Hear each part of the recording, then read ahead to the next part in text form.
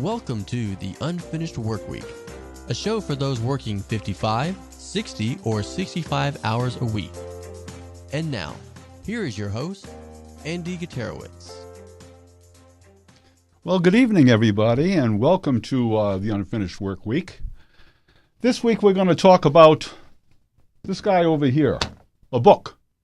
I wrote a book, and it's called The Unfinished Workweek, Lost Personal Time. And so we're going to be talking about that book this evening and how it relates to the stress in your lives, because I'm really concerned about you. I'm concerned about you working 55, 60, and 65 hours a week.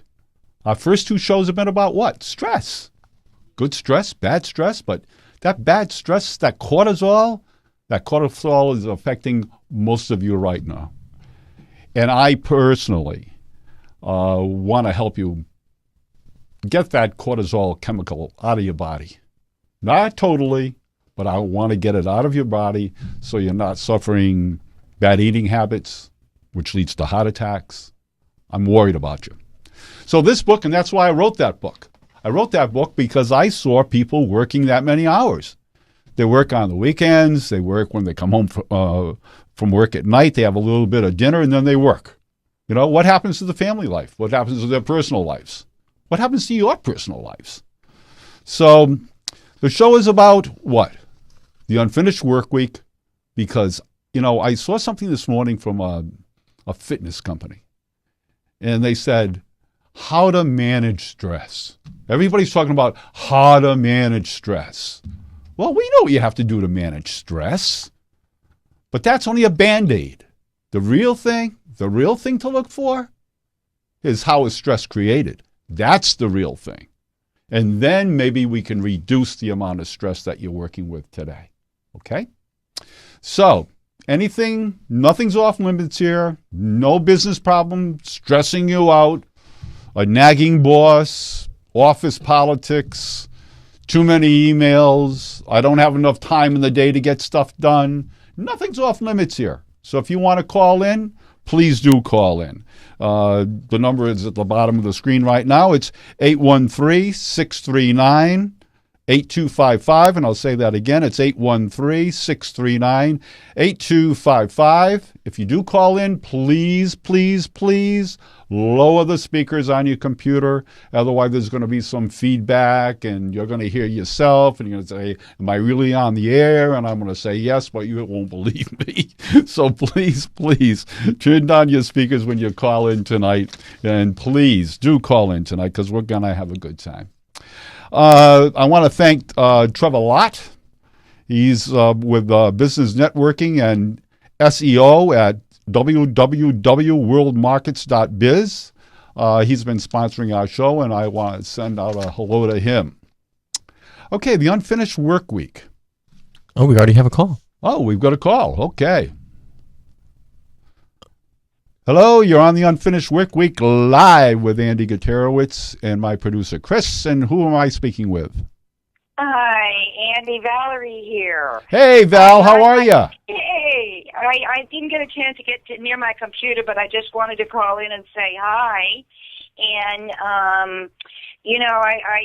I've gone back and read your book, The Unfinished Workweek, and I just want to say it is so informative, and it's so useful if you're in any kind of business at all. And I think that a few of the things that you go over here, regarding the emails and all, and I just wanted to give people a heads up on what a great book this is and how it's based a lot on neurolinguistic programming, which is my arena, and that I feel is so significant. Years ago with the body language, and I remember with neurolinguistic programming, one of the important factors that they told us is tone of voice is much more important than the words that are actually being spoken. And I have to so agree with that. And one of the things I always delight in when I speak with you is you always have a very happy tone of voice. Well, I'm a happy guy, Val. I know. It's because you have all that extra time that you have to have fun with. Now, could you just tell me a little bit, Andy, about how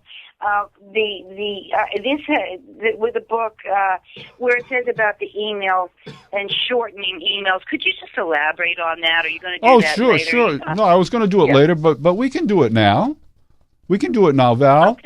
Okay. Sure. Thank you. Thank you, Andy. Emails. Val mentions emails. The unfinished work week. There are two major reasons for the unfinished work week.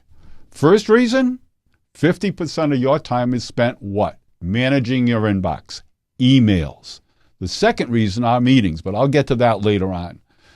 Now, emails, when you start looking at it, and 50% of your time is spent there, as I said before, an average worker in corporate America today gets 115 emails. Although I know for a fact in different departments they get as many as 400 emails a day. Nobody can go through 400 emails a day. Nobody can do that. The other thing about these emails that are coming through, they're wordy. People write an email as if they're talking to you. And the brain doesn't like that. The brain doesn't like a lot of words. The brain likes things simple because the brain has got to process things. So therefore, when you're writing emails, it's a good thing because it's visual. However, they should be short and concise. You only should be talking about a key topic per email. When you load them up, you know what happens. You load them up and your brain says, put that one aside, I'll read it later. But sometimes later never comes. And there might be something really, really interesting, something you need for business in that email. But you're never going to see it. So, emails. We're going to talk more about it later on, but we've got to slow this process down. You've got to cut them down. No more of these 150-word emails. No more of these 200-word emails. You should be writing emails to 25 to 30 words. That's it. And I'll get back to that in a little bit, okay? All right, first of all, I want to talk about this little book, and where can you get it, right? Where can you get the book? Well, that book right there doesn't look too little. Well, no, that one looks kind of quite big, huge. Actually, our little book is only 100 pages long, folks. And the reason it's only 100 pages long is so that you can read it if you're taking a flight. You can read it if you're waiting somewhere. You can read the book. It's fashioned after the 1-Minute Manager, the 1-Minute Salesman, Who Moved My Cheese. All those books are about 100 pages long. And guess what? The type is a little bit larger, too. You don't have to worry about your reading glasses, right, Chris? Because you read the book. Right. Well, I don't use reading glasses. Oh, okay. Well, some of us over 40 do. Oh. So anyhow. I'm getting close. You don't have to worry about any of that. Now, where can you get the book? Well, you can get the book at Amazon.com. It's there.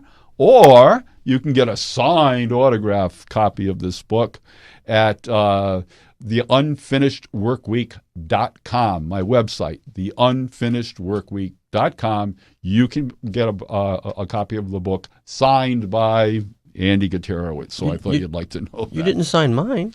You did. You've got a signed copy, Chris. It's not signed. It's not? It's not. Oh, my goodness. I have a pen here tonight. Okay. I'll sign it for you before I leave. Sweet. I'm very sorry about that. Hey, I was busy. We were distracted making your show, the success that it is right now. Thank you very much. I hope it is a success. Now, I've gotten some emails regarding the show and also the book, and one email I got over here is from Bob Deal from Marlton, New Jersey, believe it or not, and he said, why did you write the book in the first place? Well, because I saw all the needless hours that were going on out there. Now, let's face it, because of the emails and because of the meetings you go to, you still have to do your regular work. But if that's taking up most of your time, well, when do you do it? You do it at nights, just like I said before. So one of the keys that we're going to be talking about today is to communicate to the capacities of the brain to process that information. All right? That's a key. That is a giant, giant key for you to reduce the number of hours you're going to be working. All right? Because at the workplace, sometimes you're forced to go to meetings you really don't have to go to. They'll hold irrelevant information for you. So you can be doing other things. And I do know, by the way, you do other things in those meetings. I know that. I hope you're not on Facebook. So the next question that we had comes from Barbara Nelson from Providence, Rhode Island. What is the premise of the book, and what is it based on?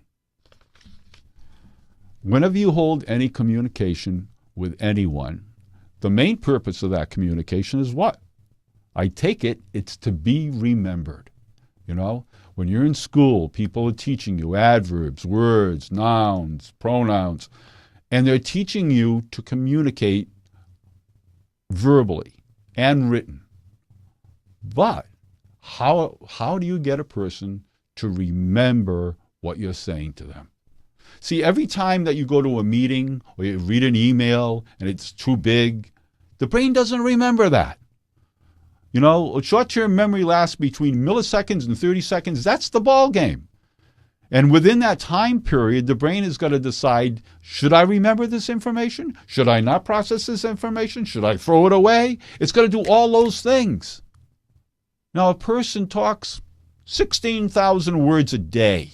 16,000 words a day. Your poor brain up here has got to process something to say, do I read it? Do I not read it? Do I process it? Do I not process it? That's a lot of work for this little gray matter up here that doesn't like to do that. It doesn't like to do that. So please, you know, we're going to be talking about memorable communication. How do we get to memorable communication? Well, we get there by communicating to the capacities of the brain. My friends Jenkins and Dellenbach. Oh, We have another call. excuse me. Good evening. This is Andy Gutierrez, and you are live on the unfinishedworkweek.com. And who may I ask is calling in? This is Betty Ann. Hi, Betty Ann. How are you? Well, I'm fine. How are you? I'm doing really good. And where are you from? Well, I'm calling from Georgia. Oh, very good. Thank you. You know, I just want to know on this what we can do actually to shorten our work week. Because I also am working about 57 hours weekly. Yeah, that's about the average. And I do have to say that a lot of the problems are from excess emails. Usually also we're having weekly sales meetings, and those meetings seem to drag on forever, which is really difficult because in sales, you know, you want to be out there selling. You don't want to be sitting in a meeting. So I just wonder what we can do as individuals for our own personal life to get back some of that personal time that we're lost. Well, may I ask you a question? Yes. Okay. The meetings that you attend, is there an agenda at those meetings? Well, there usually is. Do they follow the agenda? I'm sorry? Do they follow? Yes. They try to real hard, but, you know, there are some salespeople that they just want to talk and talk and talk, and they get off on the wrong, you know, topic or whatever, and it's never called back to the agenda. Okay, thank you very much. Let me go on and speak to this. Whenever you have a meeting, this is very, very important, and a lot of people don't do it. But you do have an agenda of items that you want to speak about. And the most important topics, the key topics, should be at the top of the agenda. Now, the other thing that you should be doing is putting a time limit for discussion. If you don't put a time limit for discussion, things are going to run awry. Do we have another caller calling in? You've got Ken Esrick here, Andy. How are you? Hey, Ken, how you doing? Man, I'm just waiting to talk to you. We're doing just great here. Thanks. Great. Where are you calling from? We're in Boca Raton tonight. Oh, excuse us. We're up here in lonely Tampa, and you're down there in Boca. Yeah, it's good, though. I hope you're having fun. We're having a great time. Actually, we've just been to a charity event, and we came back to join you. Oh, super. I appreciate that. Going to try and tell people how they can start from where they are tonight. How's that? Very good. That's what we go on? That's what we're... Yeah, you can go on. Well, I don't know who knows me and who doesn't, but I've been around for quite some time, and my latest book became a TV show, and it's called Start From Where You Are. We try and help people to basically get off their butts and start today and forget who they used to be or want to be, but who they can be. So that sounds super interesting, Ken. Well, I mean, I've been reading a bunch about what you do, too, and I think the one thing I like in particular is you tell people they need to budget for their free time and their time off and their enjoyment, and I'm right there with you. Oh, thank you very much. You know, there's a growing group of us that believe the 40-hour work week should come back. And it's not just because it should come back for no reason. It's because it's the most efficient work week out there. And that's been proven by scientific study. You know, a knowledge worker today, they call them knowledge workers. I love that expression, knowledge workers. You know? Knowledge workers, right. But they say they're only good for 6 hours a day. And after that, it's declining productivity. They make errors. And it's true because the brain can't keep on functioning at those levels. The brain right now operates like this. It processes 4 verbal words in 30 seconds. Just 4. That's it. But it processes 15 visual items in those same 30 seconds. Isn't that something? That is something, but I believe it. I'm a visual guy myself, you know? Yeah, this is all true stuff. And a matter of fact, I'll tell you that in 2003, that's when the computer explosion happened. Neuroscientists took an fMRI, a functional MRI of the brain, and watched the flow of blood going through the neurons in the brain when it was orally stimulated or visually stimulated. Mm-hmm. And by far, 86% by far, visually motivated and stimulated is what happened. That's correct. Yeah. You don't know this, but I own an MRI center. Oh, do you? I've been in the business for 35 years in the MRI business, and I know the study you're referring to. Yep. And you're 100% correct. And that's what we're all here. We're trying to figure out how we can motivate, in particular, the younger generation, to find a way to use their skills of sitting on their butt and watching a computer screen into a productive and meaningful existence, as opposed to just using it as some place where they can play Sugar Crush, you know? Yeah, I understand that completely. You know, the old days when we went out and played, that was really fun days. But it was good for our bodies and our minds. I mean, our bodies and our minds needs a break from that computer screen. Well, you know, one of the problems I have, Andy, is it doesn't matter who you are, what job you are. And you tell me if your listeners disagree with me. I'd love to hear this. But every one of my employees has their cell phone pretty close to them all the time. You know, you can make all the rules you want, but what if my kid calls? Or what if... So the fact is that they're automatically distracted. And by virtue of the fact that smartphones are what they are, I mean, let's face it, we all love them, but who wants to be very far from their cell phone? And so now you've got a situation where you're looking for increased productivity while they're looking to play games or be on Facebook or just do something else besides work. And so there's no way they can stay focused, and there's no way that they can be as productive as they need to be. That is a real big problem. Big problem, Kent, especially for working memory, because you need controlled attention span to get into working memory. Mm-hmm. And most people don't have controlled working attention spans when they're working in a QB farm, because they can hear everything else going on. It's by bombarding their brains, you know. I always tell people when they work on a QB farm, and they all do, I say, go out and get yourself a set of Bose earphones. Block the noise out. Right. Then you can get into controlled attention span. Then you'll really be using your mind to remember things, because the brain can only remember 8 new things in an hour. Mm-hmm. Just 8 new things. And I mean, half of this conversation already. See, that's the problem. And it's the truth. That's right. It is the truth. Yep. And when you come back to memorize, that's what happens. It's more visual. Yeah. And that's why in the book I talk about, you know, if you're going to do a PowerPoint presentation, it's going to last an hour. You know, maybe you only have 6 key topics you're going to talk about. But talk, or they call it rehearse, each topic for 10 minutes. Mm-hmm. So it gets remembered. That's right. So that when people walk out of that room, they say, oh, yeah, I know what this meeting was about, right? Mm-hmm. But, you know, when you load up a PowerPoint presentation and the first 2 slides have 8 new things in it, your brain shuts down. Right. You've lost them already. Yep. That's what happens. But, you know, for those of us who tour and speak, you know, what I do is start from where you are. And it really has become something that it's kind of offensive when you think at it from, gee, I wish I had written this big manuscript. But my book is small, and small for a reason, because nobody wants to read a long book. And so what I did is I speak very specifically to beginning where you're from. And here's one of the things that I did. I have several techniques in there, but the one in particular is called the short-term goals, the 1, 2, 3 of short-term goals. And what I've created is called a dollar sign sandwich. Now think about this for a second. Every time somebody starts on a project, no matter what the project is, they're always thinking about the project itself, the goals, where they're headed with it, what the corporate structure is deciding. But what they really need to be doing is focusing on themselves and how they can take dollar signs from one side of their name at the top of the page, bring it into themselves, and move it on into their wallet or into their corporate coffers. And so in order to do that, they've got to do what? They've got to set and achieve goals. We all know that. This is very basic. How to do it is what I'm able to do and start from where you are. Cool. That's what we're so excited about.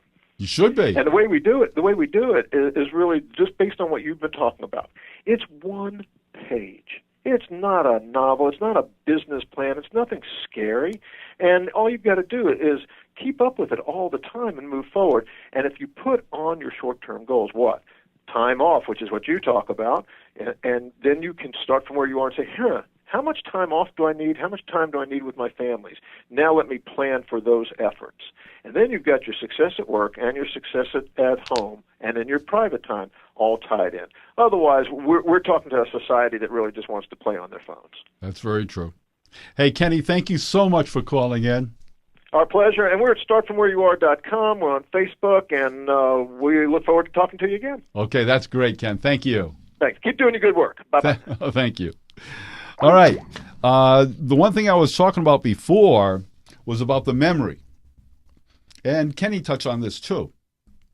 In order for us to reduce the amount of time we spend at work, we have to remember more things. We have to have more memorable conversations. Now, there was a study that was done by our friends Jenkins and Dallenbach. Now, this is going to blow your mind. People really don't believe me when I tell them this, but I only talk facts here, and that's why I'm telling you, Dallenbach and Jenkins, and you can look them up on the internet if you wish.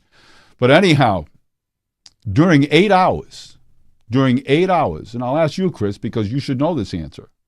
During an 8-hour day, how much do you remember? 10%. 10%. That's right. That's all you remember. You forget 90% of what happens to you in an 8-hour day. Think of it. You're a salesperson. You're walking in and seeing an accountant at 9 o'clock in the morning. Is he going to remember you at 5 o'clock at night? Is he going to remember your key message? I want to tell you something. If you don't know how the brain works, he's not going to remember. All right? So the big deal here, where we want to go so the unfinished work week becomes less of a drag, we have to get into that 10% retention pool. That's where you want to get into. You want to get into somebody's mind that they're going to remember you at the end of the day. You want to become one of those things they remember in that 1 hour. That's what you want to start to remember. Okay? So, I have another one here from Shari Chapman from Philadelphia. What is the first step in the memory process? Good question. What's the first step? Believe it or not, it might not be what you think, but it's something Kenny and I were just talking about a little bit. Before anything can be remembered, and by the way, the memory process, short-term memory, right? And then it goes into a working memory, and each one of these is visual and audio, by the way, and then it will get into long-term memory, all right? The most important is visual. The brain is very, very visual. And I'll explain that to you. When I said before that it can only process 4 words in 30 seconds, yes. Do you know why? Because the brain doesn't see the word. The brain has got to hear the word. It's got to spell the word. And in the English language, it's got to determine what the definition of the word is. It might be the word fine, which means I'm feeling fine, or I might be fine fabric. It's going to do all this work. Whereas when it sees We have another call coming in. Yes, we do. Good evening. This is Andy Guterowitz, and you are live on the Unfinished Work Week. Good evening. This is Sandra from New York City, and I really would like to see your show, but for some reason it doesn't seem to be transmitting, and I'm not sure if I'm doing something wrong. Hold on, Sandra. Well, I'm going to talk to my man over here. Let's take a look and see what we have going on here. I've been trying for 15 minutes or so to get the show. You know what? I'm refreshing it right now, so give it about... Go ahead and try and refresh your page right now. See if it went through.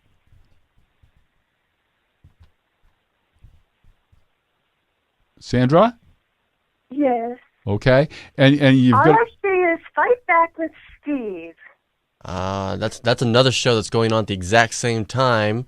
Well, and then On Air is Late Enough with somebody or other. But okay. How to get to the Unfinished Work Week. So let me walk you through this. If you go to the home page and you'll see Talk Quad videos by show. If you go down to where you see the Unfinished Work Week, it should take you to the current show where it says there's 3 little boxes there. The one on the far left should be the current show. Okay, this is not very user friendly. So we are updating it as we're in the middle of updating the website. Walk you through this. If you go to, there we go. See, and there's that loop that we tell you. Are you on it now, Chris? Are you on it now? Yes, I see it now. You have a very nice jacket. I love you. Thank you very much. But you match your book. But this is not how I got on last week or the week before. So I did want to let you know that. Well, we'll look into getting that fixed so that's no longer a problem.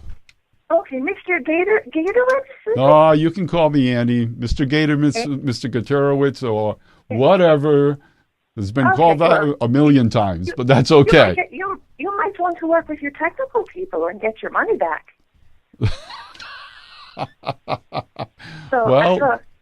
I will watch now. I see the book is next to you. So. Yep, see it? It's right here. Is the book talking? Well, yes, I'm talking for it. You got it. Oh, you're a ventriloquist. So have you been listening? Do you have a question? I could not get in, so I will watch, and if I have questions, I will come back. I have lots of stress at work. I am a nurse in the emergency room, and it is very stressful. Oh, yeah. So I would like some tips from you. Oh, my dear. Let me and your little friend there. Let me, my little friend. Let me tell you, I just went to my doctor's for a checkup on last Friday. And she is now employing her son that did a residency at NYU. Oh, and that is very impressive. And you must know that in New York, there are laws that state that doctors of the medical field cannot work more than, 37 hours a week? But I am not a doctor. I understand that, but I have that education. I am a receptionist. I'm just bringing it up. And when I said to him, because he asked me about my show, and I said to him, well, then you only work 37 hours a week. And he said, no. He said, they just keep on piling it on, and if you don't finish it, they flunk you. So, we're working here. One of my biggest things right now is about management, because management does not know or is not willing to find out how to manage the knowledge workers. And even in your case, you're stressed out. You should not be stressed out at work. But you know what? I go to the gym. I work out with the punching bag. Well, yeah, I guess you take a lot out of that. But that's a great thing to do, because one of the biggest things you've got to do, and you're a nurse, or not a nurse, but a receptionist, but no matter, you've got to exercise. Everybody will tell you you've got to exercise. And exercise at the expense of your job. You've got to make time for this. Just like they're pouring, a lot of companies are reducing headcount, and they're taking that extra load, and giving it to the people remaining there, it only adds stress to you because they want the same darn production. And it's not going to happen. It can't happen. Your brain can't control that. Can't do it. Your brain won't do it. You're very smart. How do you know all this? I appreciate the compliment. I do a lot of research, my dear. I spoke at Wharton. And when I spoke at Wharton, I introduced the Unfinished Work Week, and that got me into the brain and how the brain operates. And so what I did was to take that and look at the business world and found out that we have completely overloaded the brains of almost every single worker in our corporations. And once you do that, your brain takes a nap, and yours does too. It doesn't stay focused. It goes somewhere else. It starts to listen to other things. And once that happens, your memory goes, which means you have to do your work, what? Again. And that just adds to your stress because you're not getting your work done in the time your manager wants you to get it done in. It makes a lot of sense. Okay, I appreciate your time. I'm glad I can see you. I will watch your show, and if I have some questions, may I call you back, sir? You can call me at area code 609. You got a pen? I called you, yes, but you could tell everyone the number. Well, you can call me directly. You can call me at 609-410-9291, or you can text me, or you can you can email me at Andy@theunfinishedworkweek.com. And at the end of the show, all that information will be on the screen as well. Okay. Good thing you don't make us spell your that last name. Where is that? Is that Polish? Yes, it is. Okay. Here, I put the name on the screen just now, so you should in a few seconds you should see it, and thanks a lot. And that'll help you with the spelling of it. Okay. Well, Mr. Andrew, thank you very much. I'm glad I can see you, and I hope you continue your shows. You're doing a very nice job. Oh, I appreciate it very much, dear. Have a nice evening. Okay. Thank you. You too. Okay. Bye. Bye-bye. Well, that was very nice, wasn't it? I think she's got a crush on you. No. No, she seemed very sweet. But getting a call from New York and being in a hospital, right, is very stressful. Extremely stressful. I mean, come on. Every time something comes in the door, it's not good news. No, it's not. You know? And you're dealing with people that are upset in front of each other. I mean, you're dealing with people who are already stressed out, and and you can't let them get to you, and you can't let them see if they are. Well, and living in that world, and you can even look at a corporate world. You know, if you're going through downsizing, the mood at work when you walk in, it's not a very happy mood. No. Right? So as soon as you walk in that door, you're feeling the stress of all your coworkers because they don't like coming to work. Right. They're overworked.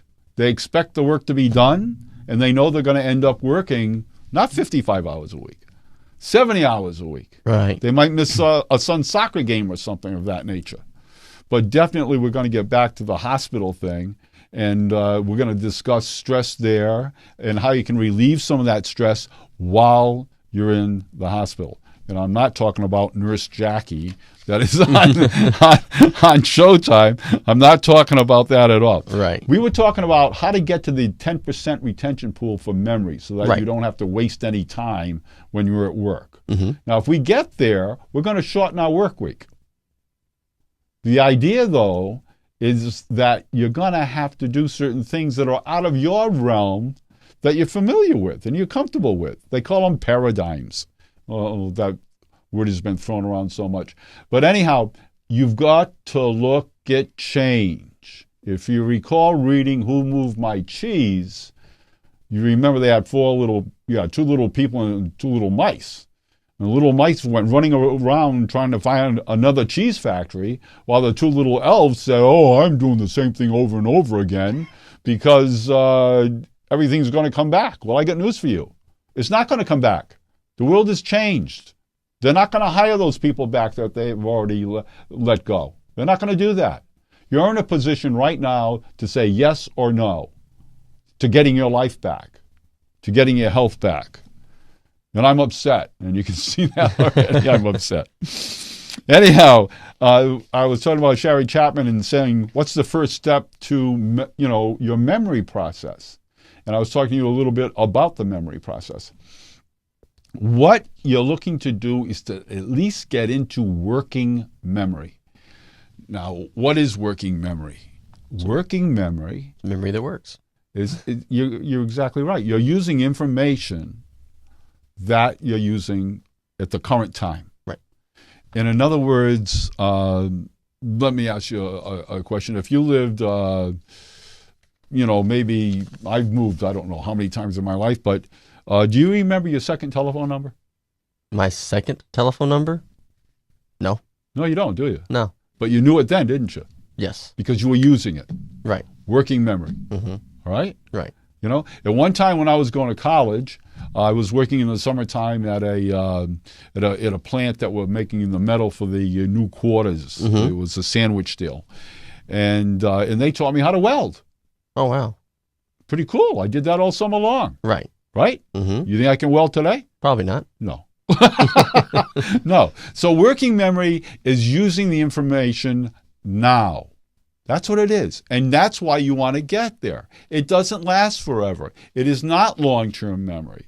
It can last for a short period of time. It can last for a long period of time. But you want to get into working memory. And the only way that you can get into working memory is by having controlled attention spans. Now, controlled attention spans, what is that? It's exactly what I was speaking about, the Bose earphones. It's putting your head down, reading a piece of paper, reading whatever, and devoting your whole attention to it. You hear nothing. You hear nothing on the other cube. You don't hear the noises around you. You are focused, you're locked in, and you are in control of your memory. You'll remember. However, in most cases, because of today's work environment, you have the second type of memory, which is called stimuli attention. Okay? And so when you're sitting there and you're doing your work, you might hear the other telephone ring on the other side. You might hear that little noise come up telling you have an email, right? You might hear the person over the coffee machine drop a cup of coffee. Well, as soon as that happens, you're not giving 100% to what you were concentrating on.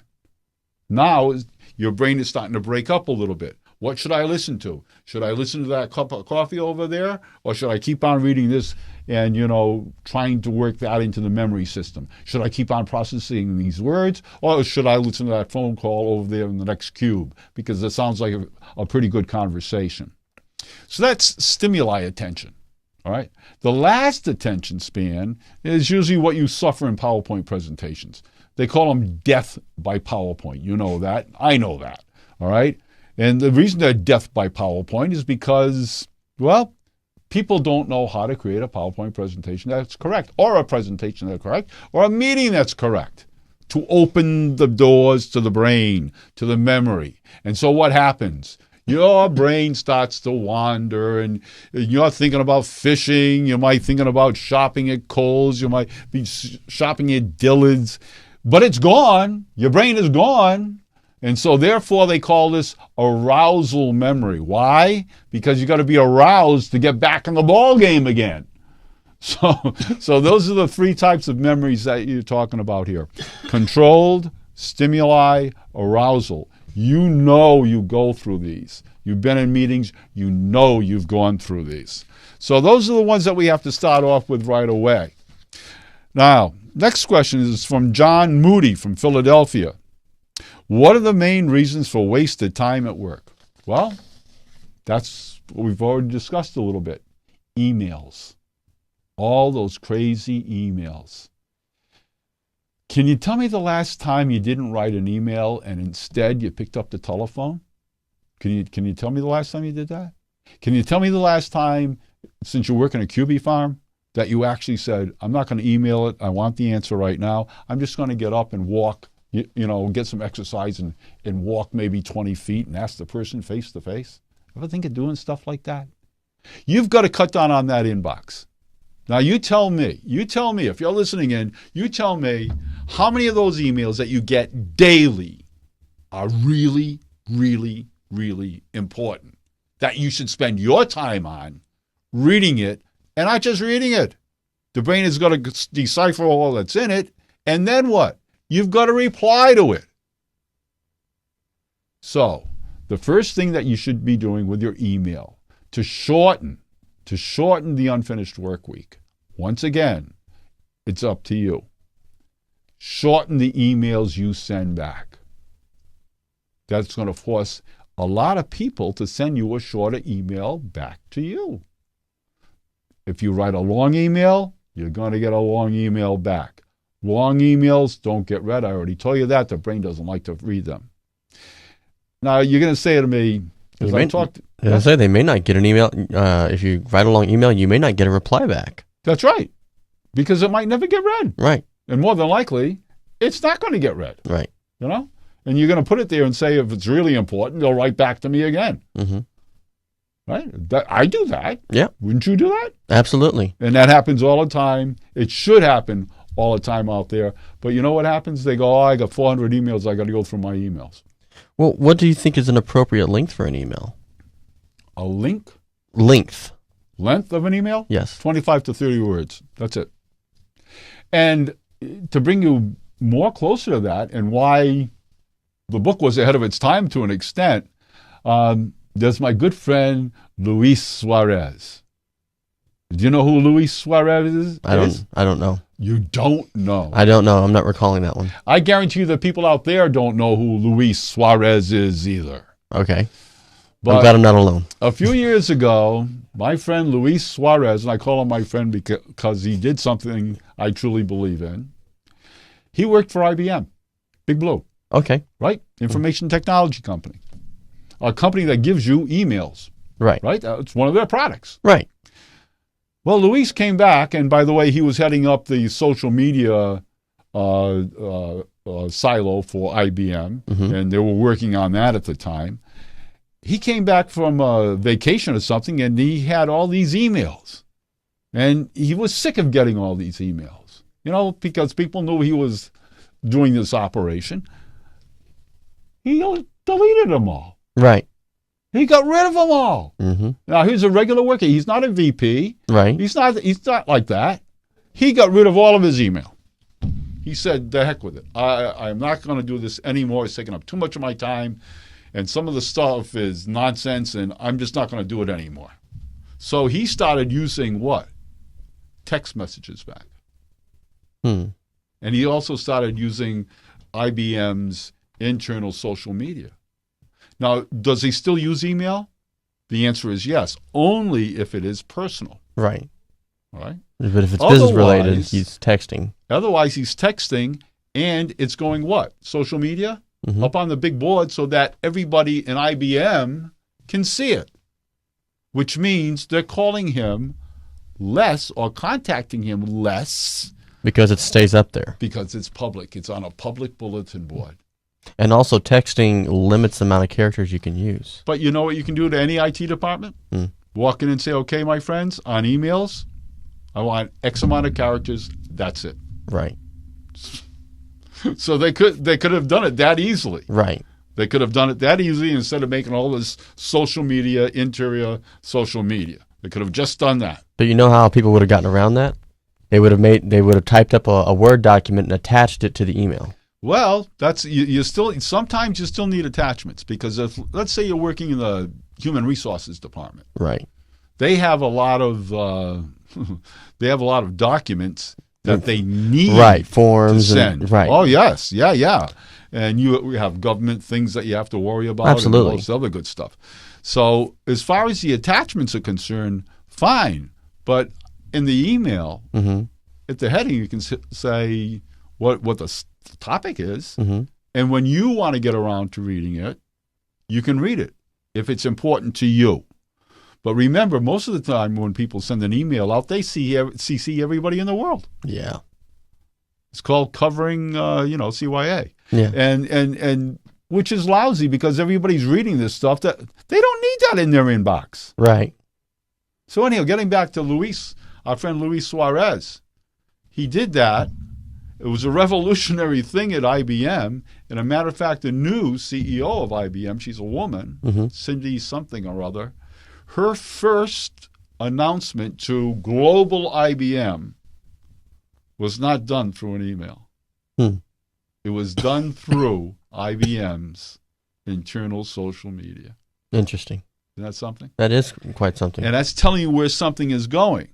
Because another thing in our lovely little book here was a person by the name of Thierry Breton, since we're talking about email. And Thierry Breton was the finance minister of France. And then he became the CEO of a company called Atos, A-T-O-S. And Atos is Europe's largest information technology company. When he got to Atos, one of the first things he did, because he said that in the world today, with the information revolution, a person's brain is being polluted by all this information, and it's affecting both their work and their personal lives. That's what he said.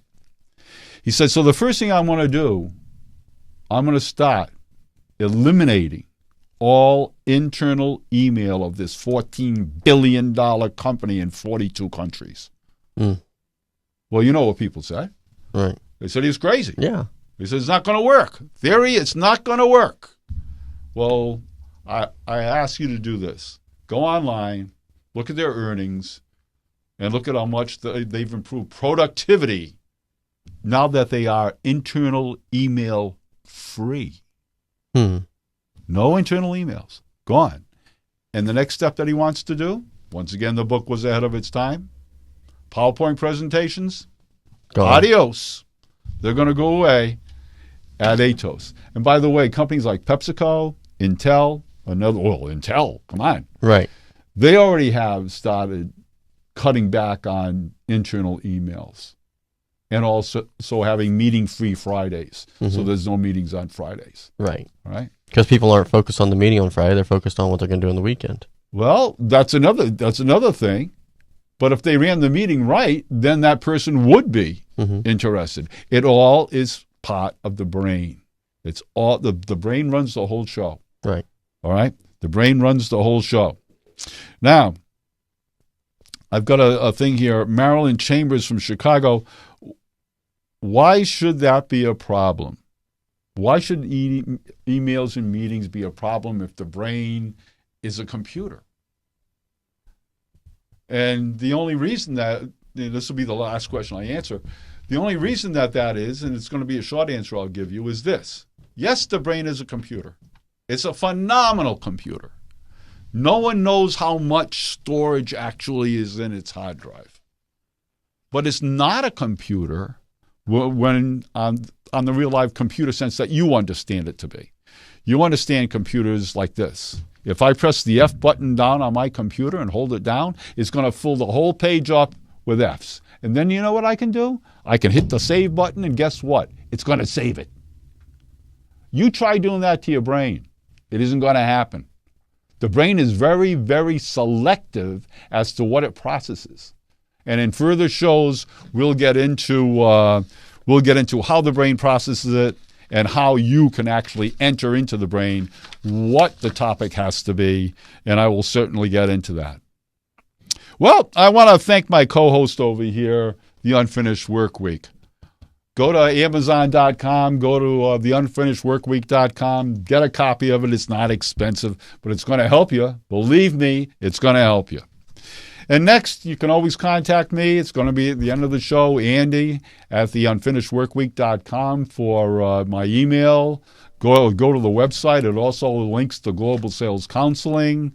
Or call me, 609-410-9291. And now next week, we're going to have a great show. The show is, my guest host is going to be J.L. Kreider.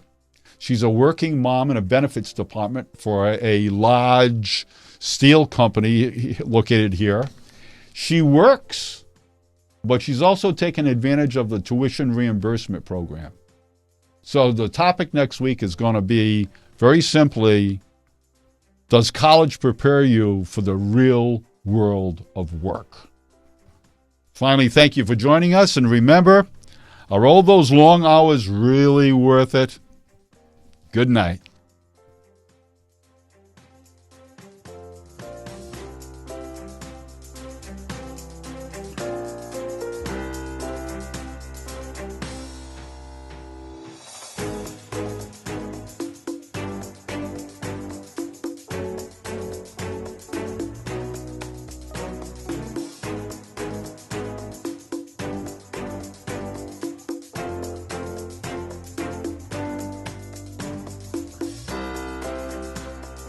Thanks for watching.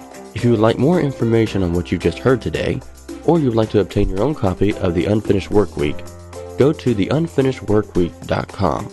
That's www.theunfinishedworkweek.com.